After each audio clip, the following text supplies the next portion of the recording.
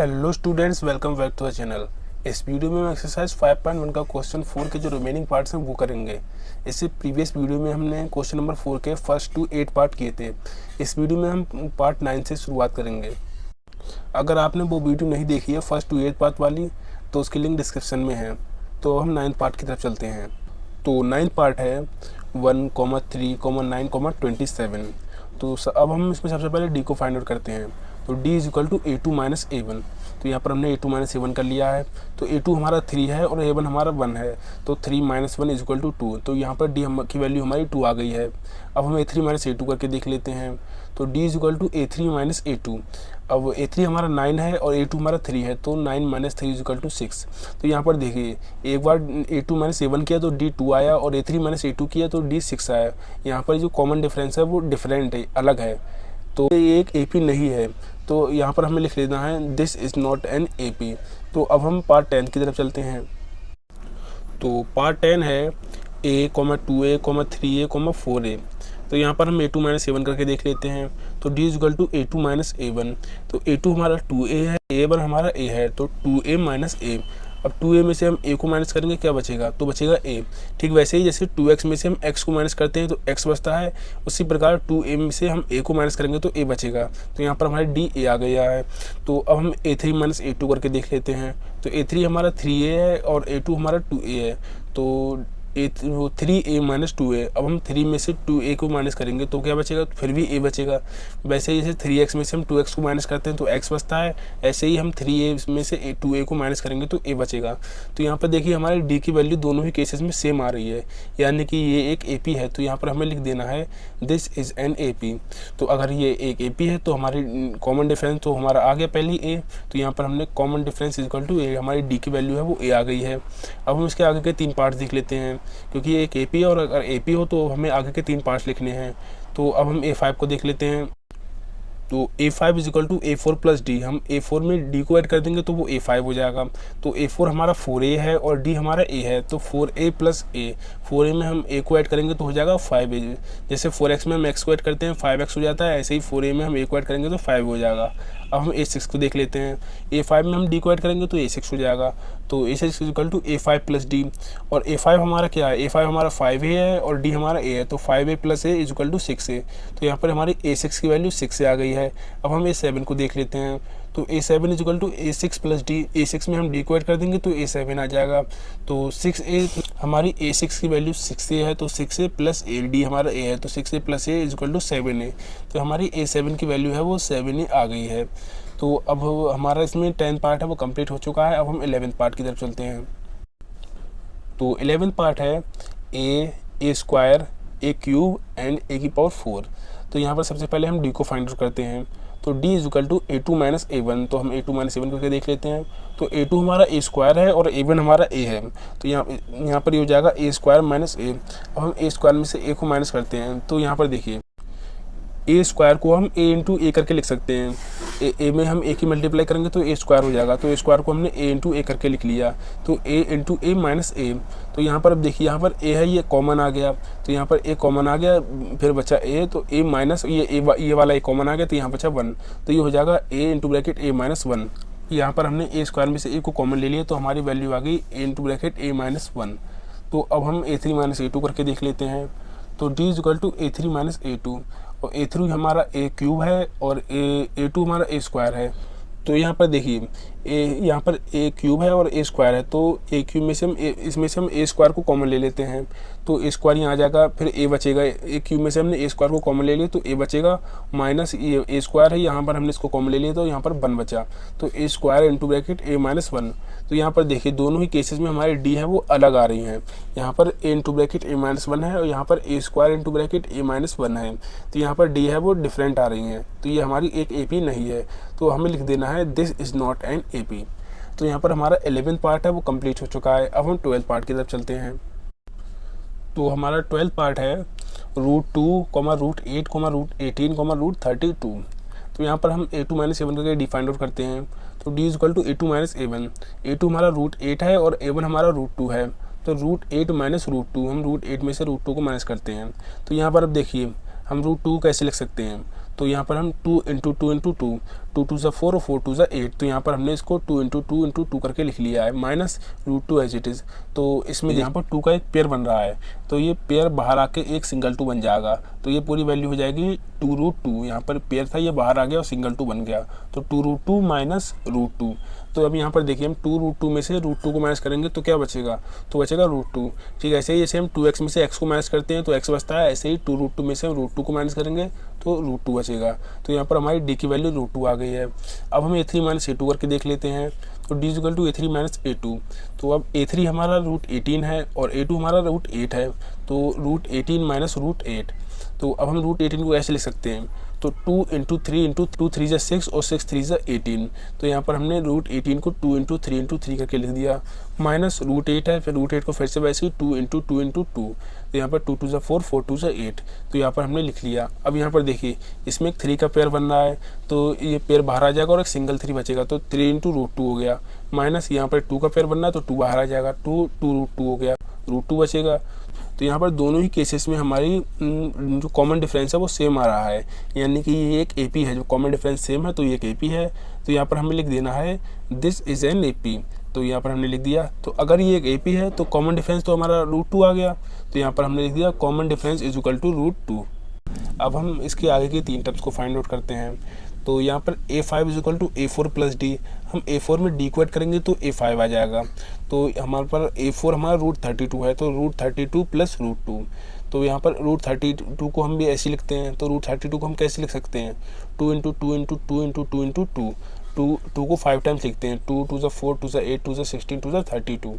तो यहाँ पर हमने √2 को 2 into two into two into two into two करके लिख दिया, प्लस √2 हो गया यहाँ पर।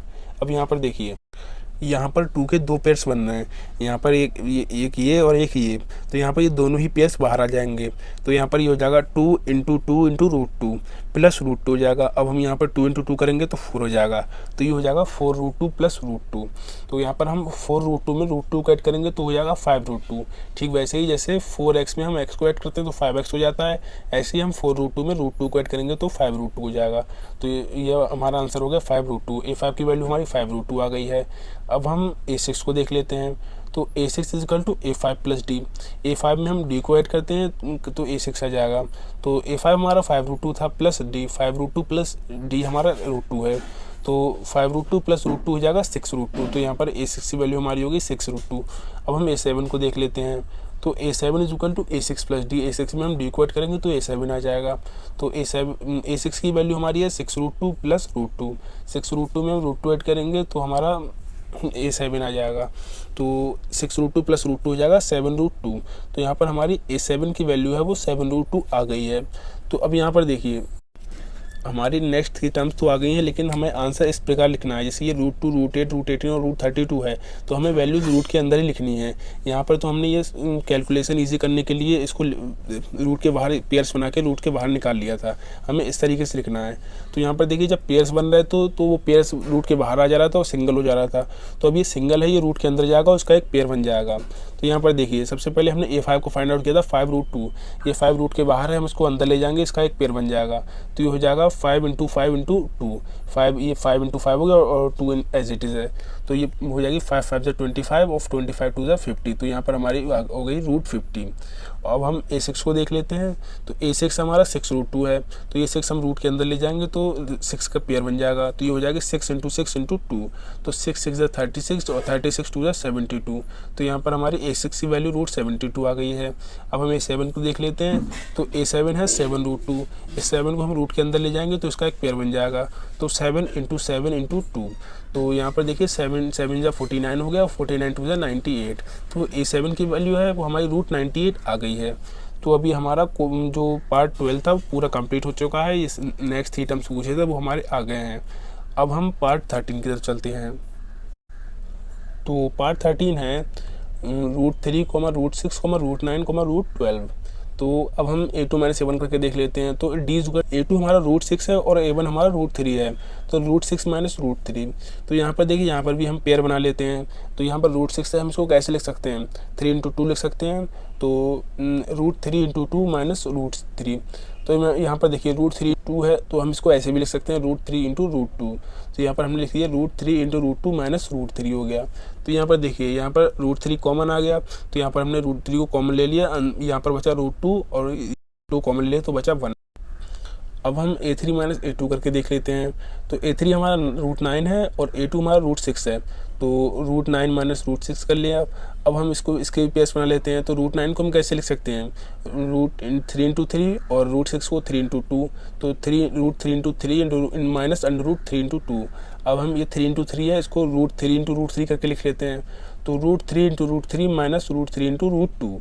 तो यहाँ पर देखिए यहाँ पर भी √3 कॉमन आ गया, हमने √3 कॉमन ले लिया, बचा √3, तो यहाँ पर हमने √3 लिख दिया माइनस √2 एज इट इज़। तो यहाँ पर देखिए यहाँ पर जो कॉमन डिफरेंस है वो अलग आ रहा है, वो सेम नहीं आ रहा है, और कॉमन डिफरेंस अलग आ रहा है, तो ये एक AP नहीं है। तो यहाँ पर हमें लिख देना है this is not an AP, यानी कि ये एक AP नहीं है। तो हमारा पार्ट 13 है वो कम्प्लीट हो चुका है।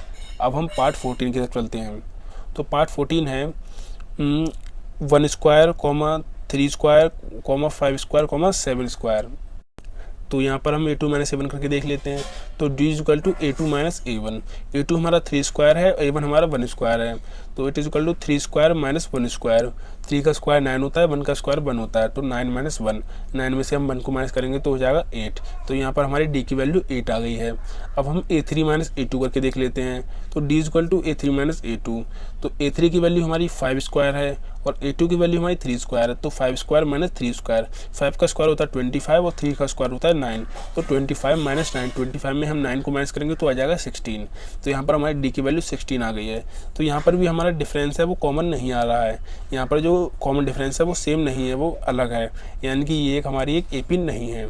और ये एक AP नहीं है तो हमें लिख देना है this is not an AP, यानी कि ये एक AP नहीं है। तो हमारा पार्ट 14 है वो कंप्लीट हो चुका है। अब हम पार्ट 15 की तरफ चलते हैं। तो पार्ट 15 है 1 स्क्वायर, 5 स्क्वायर, 7 स्क्वायर, 73। तो यहाँ पर हम a2 माइनस a1 करके देखते हैं। तो d is equal to a2 minus a1। a2 हमारा 5 स्क्वायर है और a1 हमारा 1 स्क्वायर है, तो 5 स्क्वायर माइनस 1 स्क्वायर, तो 5 का स्क्वायर होता है 25 और 1 का स्क्वायर होता है 1, तो 25 माइनस 1, 25 में हम 1 को माइनस करेंगे तो आ जाएगा 24। तो यहाँ पर हमारी d की वैल्यू 24 आ गई है। अब हम a3 माइनस a2 करके देखते हैं।